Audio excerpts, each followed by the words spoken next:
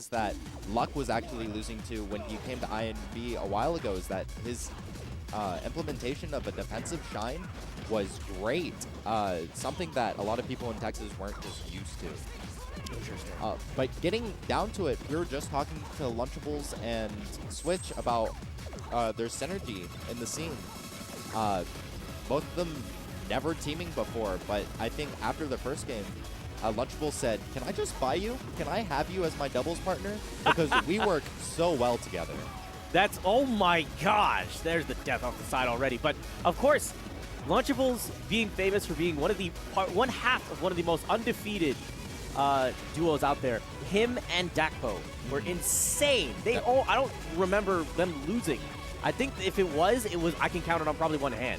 They were an incredibly dominant force in doubles EM, but with a Switch over here and Dakpo not being in the building, this is very interesting. Yeah, it's very hyper-aggressive, but very well-spaced nonetheless, especially when they're forcing the 2v1s. We're looking at certain parts. If you're going to play with a sword boy in doubles, you really, as the partner, you have to respect their sword on top of just their general space, because it can really hurt you in the end if you're not knowing like where to exactly be with your positioning. But on the contrast, if you're looking at Dumshiny and Arsenals, right now, Arsenals has port priority. So this means if you've ever seen SFOP and Captain Birdman team together, Dumshiny can eat either Lunchables or Switch for free and then get the hit, and DDD won't take any hit because he has big port priority. Ooh. And there's a big back air that actually works out pretty well for DDD. I like what I'm seeing from Dumshiny, though, just kind of sticking to the edge. Keep using those aerials, not trying to overcommit here. Just create general chaos. Because, oh my god, that might have been dumb. Oh my gosh. Good finish here.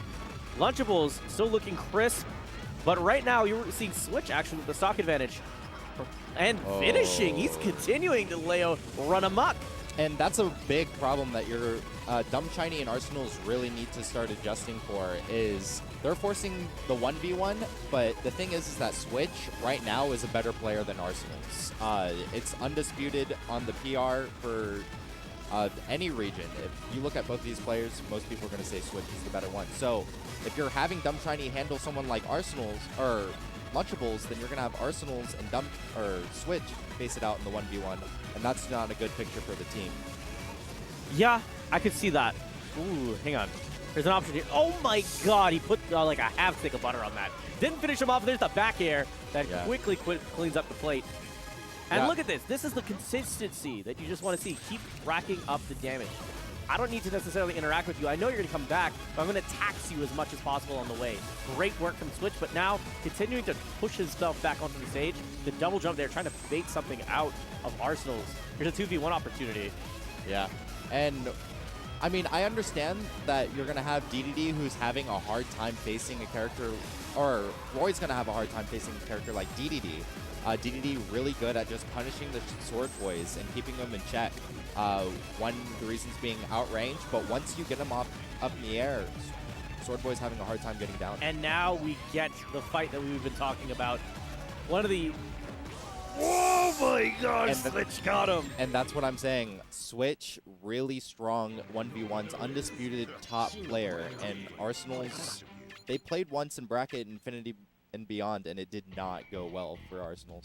This looks tough. So between the spacey battles, you're right. Looks like Switch might come out on top.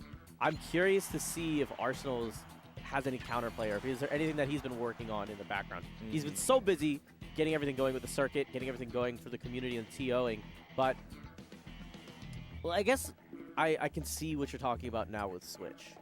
He seems like there's a lot of finesse. It seems like everything comes very naturally to him. Wow, they're going back to PS2. I personally would have loved more of a Green Hill Zone or FD, one being because DDD can really handle both Wolf in a certain aspect when it comes to throwing up and just keeping him up in the air, but Roy having a really hard time getting down on the ground, and Arsenal's really punishing that if he plays box really efficiently. PS2, of course, being the DFW Classic. Almost every set we have starts on this stage. I think it's opposite, though, for MDVA, where they always start on Smashville for some reason or the other. So I think that, or the more it's being played, I feel like PS2 is becoming slightly more of a counter pick than a neutral stage, and Smashville is the place to go, because the high ceiling that you're going to get from PS2 obviously helps out a lot of other characters than what you would think. The reason why a lot of people in MDVA go to Smashville is because they have someone like Hyperflame, who has easy kills off the top, and PS2 having a really low ceiling, it's just going to help him out more. In this double situation, and not so much, because a lot of characters aren't going to be killing off the top. You're going to see a lot more side kills. Rather, Dumshiny eating Lunchables up, throwing them off stage, and going for a flowchart edge guard, or Switch, who's going to kill a lot of people with up air into flash, or combos like that. Ooh, here's an opportunity here, though. Oh my gosh, Dumshiny. That little bit of the combos here. Making sure you use great use of the waddle dash to cover the stage. Great job clearing the runway for his teammate as Arsenals makes his way back onto the stage. And they're really going to have to find a kill on Switch right now, because him staying at 135 and living that long is really dangerous. As I say that, they just get the kill. Ooh, very that was tricky. It was a very well-placed down air to beat the counter, but Lunchables just having better placement, knowing what to do in those micro situations. That's going to be it. Just forward throw to simply finish off Lunchman's third stock. Oh. But these guys are pretty close, all things considered. Arsenal's, though, kind of falling a bit short here, just as I say that.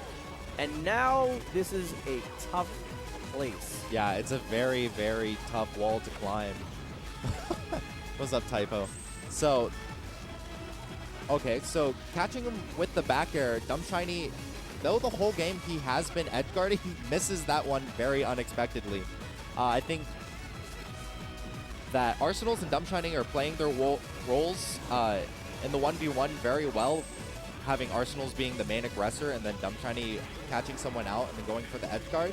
But with good players like Lunchables and Switch that can highly adjust, it's a big problem.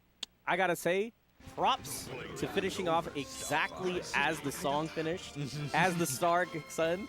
Great timing, great spacing, great finesse from both of these guys. But, man, Lunchables is still an absolute terror. Yeah, his fundamentals and his judgment in all of these micro situations, like we were saying earlier. Yes, exactly. I have to bring back the memes occasionally for these guys. Oh, especially with Typo in the building, I gotta bring one or two back.